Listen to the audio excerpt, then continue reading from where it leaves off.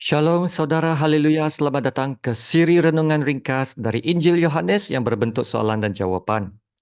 Kiranya kasih karunia dan damai sejahtera melimpahi Anda oleh pengenalan akan Allah dan akan Yesus Tuhan kita. Haleluya, kita masuk ke dalam bab yang baru, bab yang ke-11. Dan kita akan lihat satu petikan yang panjang dari ayat pertama hingga ke-27 dengan tajuk ini. Apabila doa belum terjawab. Mari kita baca dari ayat yang pertama. Ada seorang yang sedang sakit, namanya Lazarus. Ia tinggal di Betania, kampung Maria, dan adiknya Marta. Maria ialah perempuan yang pernah meminyaki kaki Tuhan dengan minyak mur dan menyekanya dengan rambutnya. Dan Lazarus yang sakit itu adalah saudaranya. Kedua perempuan itu mengirim kabar kepada Yesus. Tuhan, dia yang engkau kasihi sakit. Ketika Yesus mendengar kabar itu, ia berkata, penyakit itu tidak akan membawa kematian, tetapi akan menyatakan kemuliaan Allah. Sebab oleh penyakit itu, anak Allah akan dimuliakan. Yesus memang mengasihi Marta dan kakaknya dan Lazarus.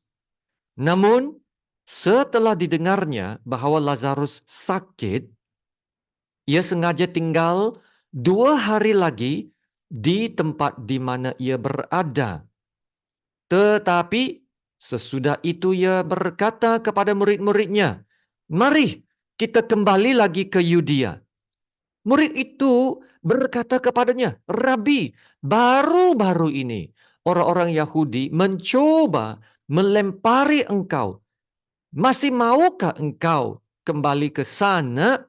Jawab Yesus, bukankah ada 12 jam dalam satu hari? Siapa yang berjalan pada siang hari, kakinya tidak terantuk karena ia melihat terang dunia ini. Tetapi, jikalau seorang berjalan pada malam hari, kakinya terantuk karena terang tidak ada di dalam dirinya.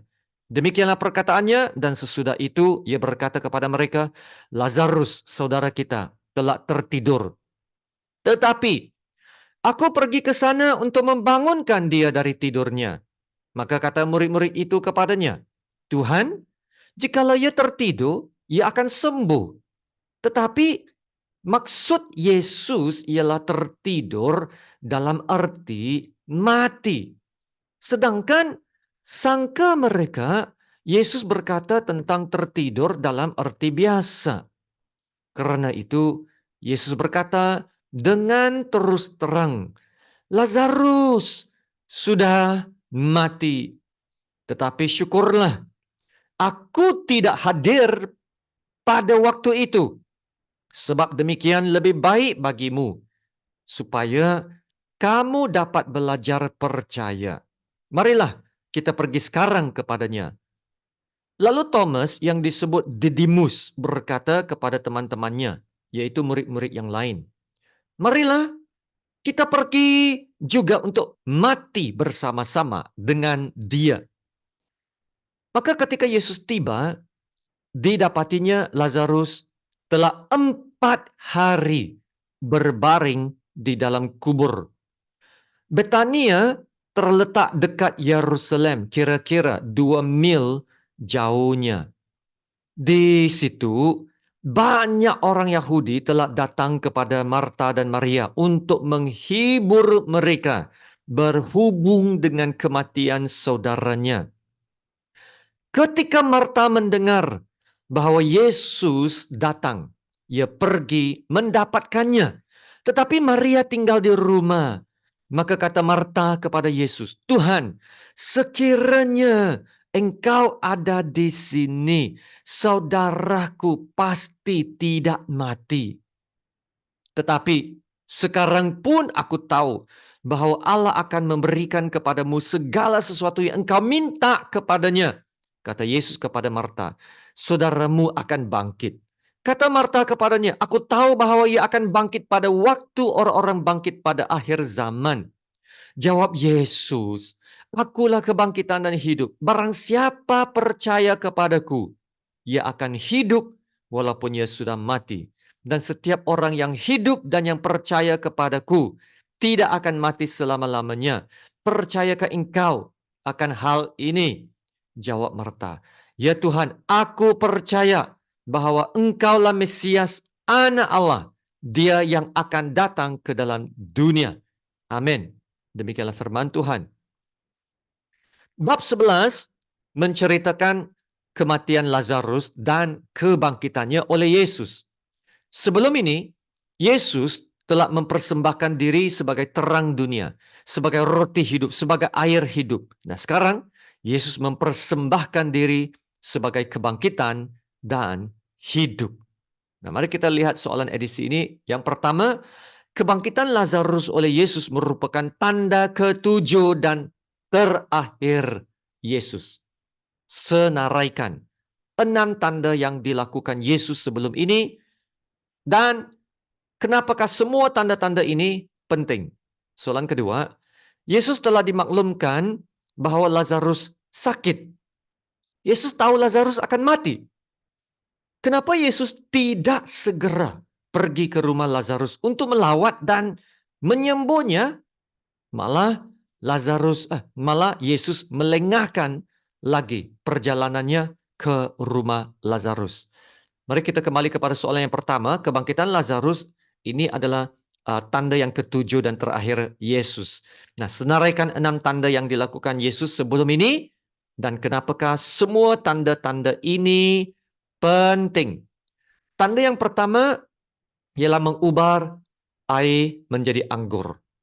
Nah, tanda yang kedua, menyembuhkan anak pegawai istana dalam Yohanes 4.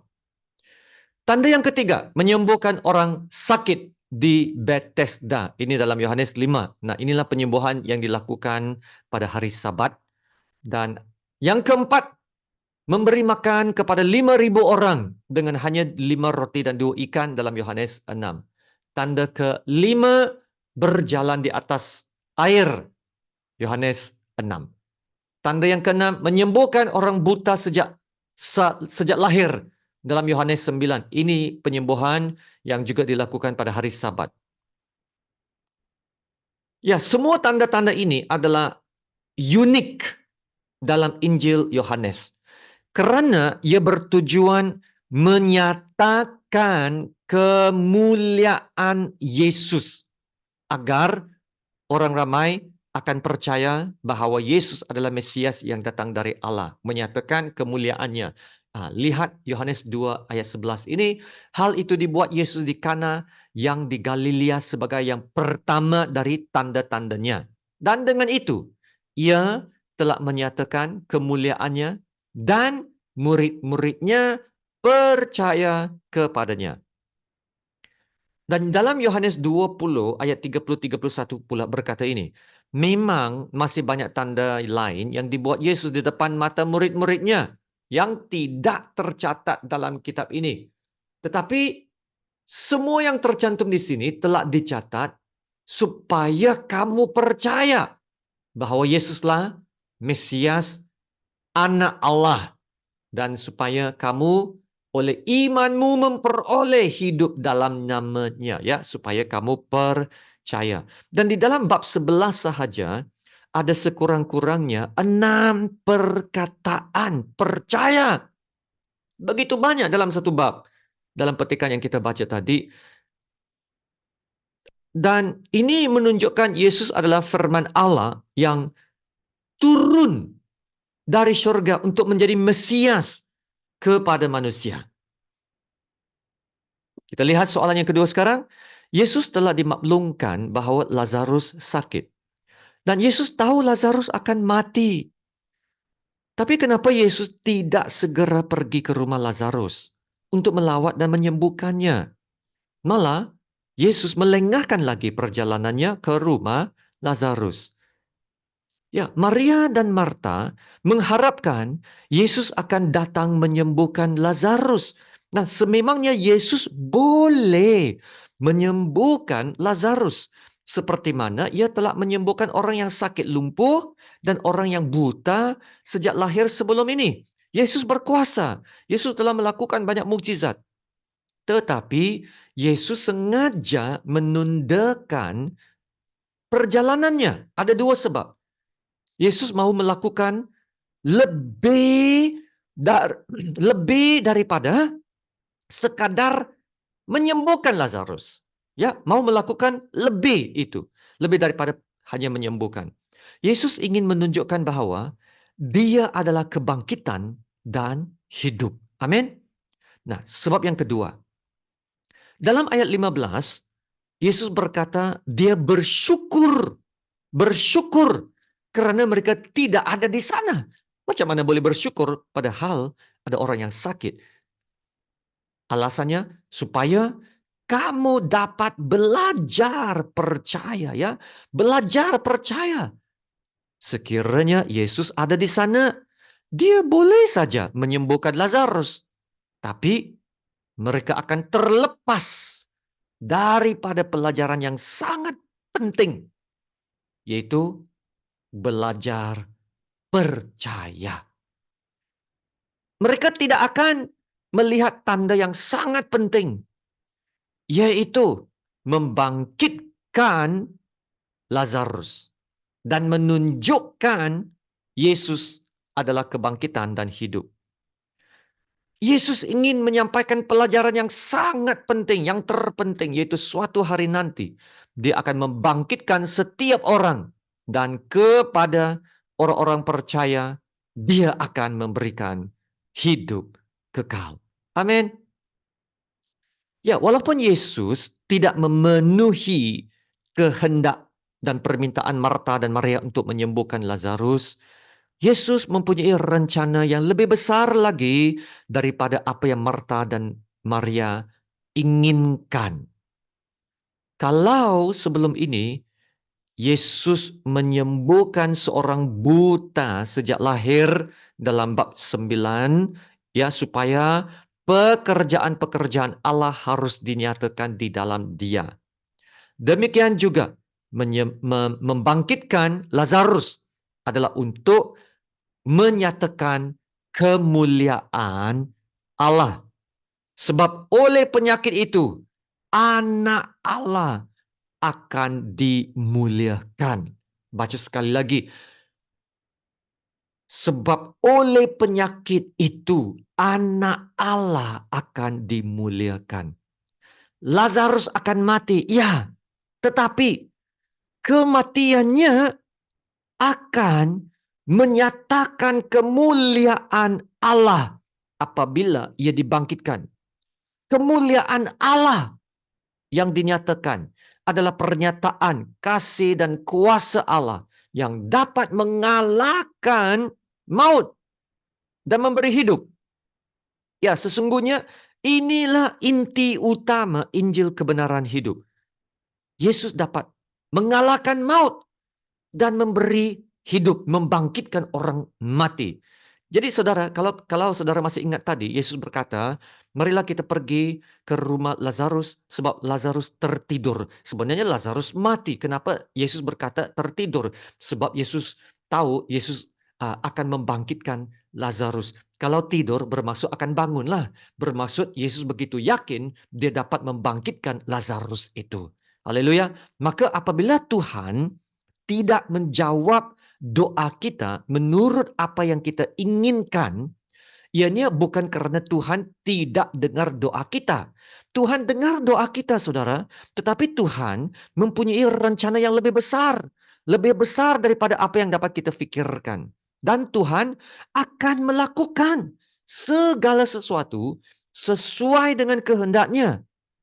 Dan kita tahu apa yang dilakukan Tuhan pasti akan mendatangkan kebaikan kepada kita.